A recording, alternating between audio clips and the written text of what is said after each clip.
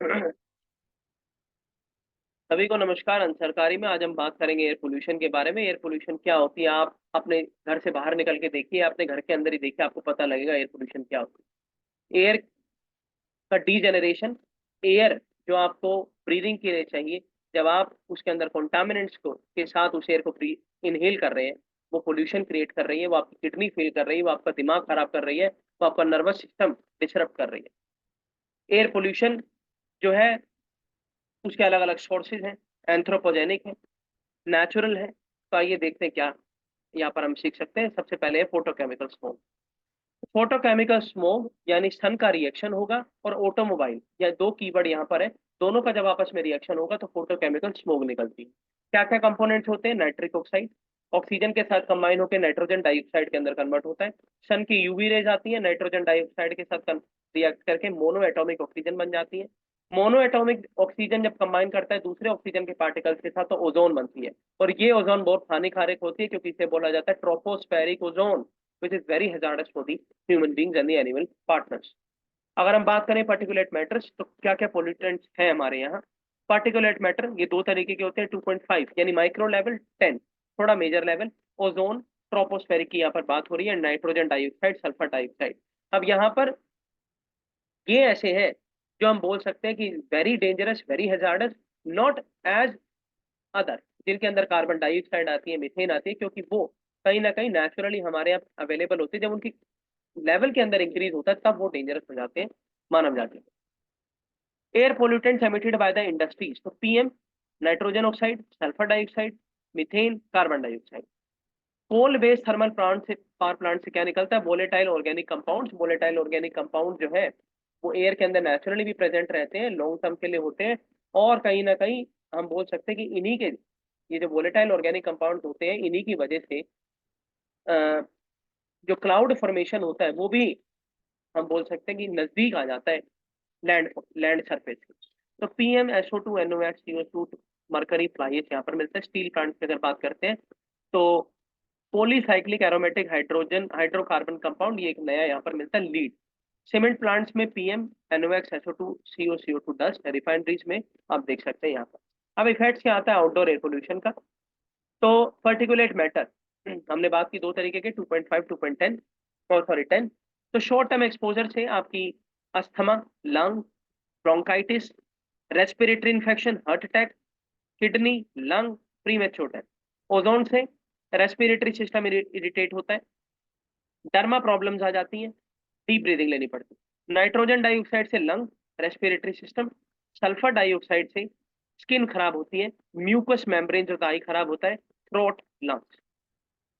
High concentration से lung, asthma, attack. और carbon monoxide से blood haemoglobin bind with less haemoglobin मिलता है ऑक्सीजन को, ऑक्सीजन के लिए ऑर्गन्स को, हार्ट एंड ब्रेन में। टायर्डनेस बढ़ती है, डिजीनेस बढ़ती है, अनकॉन्शियसनेस। WHO की अगर बात करें तो एयर क्वालिटी गाइडलाइंस ये निकालता है जिसके हिसाब से 15% सालाना डेथ हो जाती है एयर पोल्यूशन। इंडिया जो है 50% रिकॉर्ड करता है डेथ।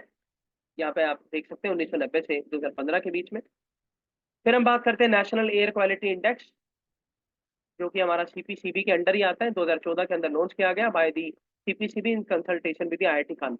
मेजर क्या किया जाता है? ये सारी चीजें, PM 2.5, 10, nitrogen dioxide, sulphur, carbon, ozone, ammonia, lead. यानी कार्बन डाइऑक्साइड नहीं है यहाँ पर, मीथेन नहीं है यहाँ पर। इसके अलावा सेंट्रल पोल्यूशन कंट्रोल बोर्ड के एयर क्वालिटी स्टैंडर्ड, ये कुछ कलर कोड होते हैं। जब आप जाएंगे, आप कनॉट प्लेस जाइए, अगर हम दिल्ली स्पेसिफिक की बात करें, आप पालम जाइए, न्यूज़पेपर जब आप डेली पढ़ते हैं तो उस पर लिखा भी आता है कि पालम में CPCB का एयर क्वालिटी स्टैंडर्ड, उसका ये रीजन। पूरे अलग अलग रीजन बटे होते हैं। तो एयर क्वालिटी इंडेक्स 0 to 50 होती है तो गुड, उसके बाद 50, 50 या 100, 100 की गैप से बढ़ती है तो आप देख सकते हैं satisfactory, moderate, poor, very poor, थी बात। अगर दिल्ली की बात करें तो मोस्टली दिल्ली जो है वो 301 से लेकर 400 के अंदर रहता है, वेरी पुअर कैटेगरी के अंदर रहता है। हमारी, हम बोल सकते हैं कि सालाना ईयर्स के अंदर 2020 और 21 एक ऐसे दो ऐसे साल रहे हैं जहां पर दिल्ली जैसी महानगरी के अंदर जो पोल्यूशन लेवल है वो 100 to 200 के अंदर आए थे because of the lockdown. Children most vulnerable है, क्योंकि ब्रीथ फास्टर करते हैं एडल्ट के मुकाबले, तो मोर पोल्यूटेंट बॉडी के अंदर चला जाता है। 99% एक्सपोज है PM2.5 से।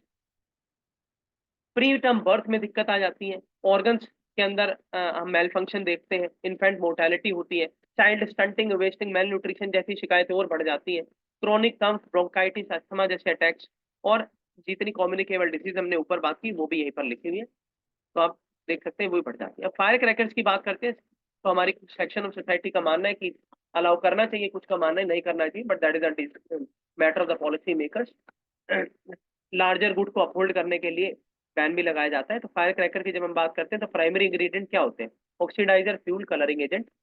फ्यूल बर्निंग के लिए यूज किया जाता है, that is charcoal. Colouring agent की जब हम बात करते हैं तो aluminium compound for the white colour and barium nitrate for green. तो हम बात कर सकते हैं कि aluminium and barium nitrate are the component which are used as a coloring agent in the firecracker. Titanium, strontium speed regulate करते हैं। Sulphur, nitrate, aluminium power content को एक्सीड नहीं करना चाहिए, जिनकी लिमिट भी लिखी हुई है कि सल्फर 20%, नाइट्रेट 57 और एल्यूमिनियम 24%। तो हमारे यहाँ CSIR लैब है, इनका ऐसा मानना है ग्रीन क्रैकर जो है वो यूज होने चाहिए, जिनके अंदर 3 कैटेगरी के इन्होंने बनाकर दिए। स्वास, सेफ वाटर रिलीजर, जिसके अंदर से पोटेशियम, नाइट्रेट और सल्फर जो है रिलीज नहीं होगा, और SO2 और NO2 भी बहुत कम लेवल पर रिलीज होगा। ये वाटर वेपर को रिलीज करता है जिसमें डस्ट सप्रेस हो जाता है। और दूसरे नंबर पे सफल, सेफ मिनिमल एल्यूमिनियम क्रैकर। यहाँ पर एल्यूमिनियम का मिनिमल यूसेज किया जाता है 35 से 40% कंपेयर टू कमर्शियल क्रैकर। और तीसरे नाम है स्टार, सेफ थर्माइट क्रैकर, जहाँ पर पोटेशियम नाइट्रेट और सल्फर का यूज नहीं होता है, रिडक्शन हो जाता है PM। फैक्ट्स की अगर बात करें तो तमिलनाडु जानी मानी स्टेट है, फायर वर्क्स के लिए कैपिटल बोली जाती है। शिवाकाशी, शिवाकाशी ये भी वहीं पर लोकेटेड है, 90% फायर वर्क्स वहाँ पर होता है। इंडिया सेकंड लार्जेस्ट प्रोड्यूसर है चाइना के बाद। ब्लैक मार्केटिंग भी होती है। तमिलनाडु की अगर बात करें तो वहाँ पर एक एसोसिएशन है फायर क्रैकर्स का अपना, जिसके अंदर हम बात करते हैं 1085 क्रैकर मैन्युफैक्चरिंग यूनिट्स है। तो एक अल्टरनेटिव इन्हें भी मिलना चाहिए, क्रेडिट अवेलेबिलिटी इन्हें भी मिलनी चाहिए, ताकि जब बैन लगता है तो इनकी इनका जो लॉस होता है उसको भी कहीं ना कहीं नजरअंदाज ना किया जाए। प्राइम मिनिस्टर हमारे फॉर्मर हुए शिवकाशी से, फॉर्मर प्राइम मिनिस्टर, जिन्होंने नाम दिया शिवकाशी को एज लिटिल जापान, क्योंकि यहाँ पर because it is also the leader of printing, fireworks and safety message production. तो आपकी घर में यूज होने वाली माचिस से लेकर और प्रिंटिंग फायरवर्क्स सब वहां से आता है। Petroleum and explosive safety organisation, PESO. तो पीसो डिपार्टमेंट ऑफ एक्सप्लोजिव के नाम से जाना जाता है, 1898 के अंदर है, नोडल है हैजार्डस सब्सटेंस को रोकने के लिए, गैस एंड पेट्रोल। पीसो का मेजर काम क्या है? एक्सप्लोजिव एक्ट को डील करना, पेट्रोल एक्ट को डील करना, 1934 रूल्स बनाना, सेफ्टी फर्स्ट। मोटो इसका safety first. Headquarter Nagpur Maharashtra. Objective है टेक्निकल एडवाइस देना, ऑपरेशनल एडवाइस देना, सेंट्रल गवर्नमेंट को, लोकल बॉडी को, लॉ एनफोर्समेंट एजेंसी को, इंडस्ट्री को, ट्रेड को, एंड यूजर को, ताकि एक्सप्लोजिव से बचा जा सके। एक्सप्लोजिव और पेट्रोलियम प्रोडक्ट्स का अगर कहीं पर ब्लास्ट होता दिखे तो उसके ऊपर सर्विलेंस करें, उसके ऊपर इन्वेस्टिगेशन करें, और कहीं ना कहीं कॉन्स्टेंट R&D करते रहे, ताकि पेट्रोल को और ज्यादा सेफ्टी, पेट्रोल एंड एक्सप्लोजिव को और ज्यादा सेफर बनाया जाए, इतने ज्यादा एक्सप्लोजिविटी उनके अंदर से कम। तो आज हम यहीं पर रुकते हैं, धन्यवाद और जुड़े रहिए आंसर के।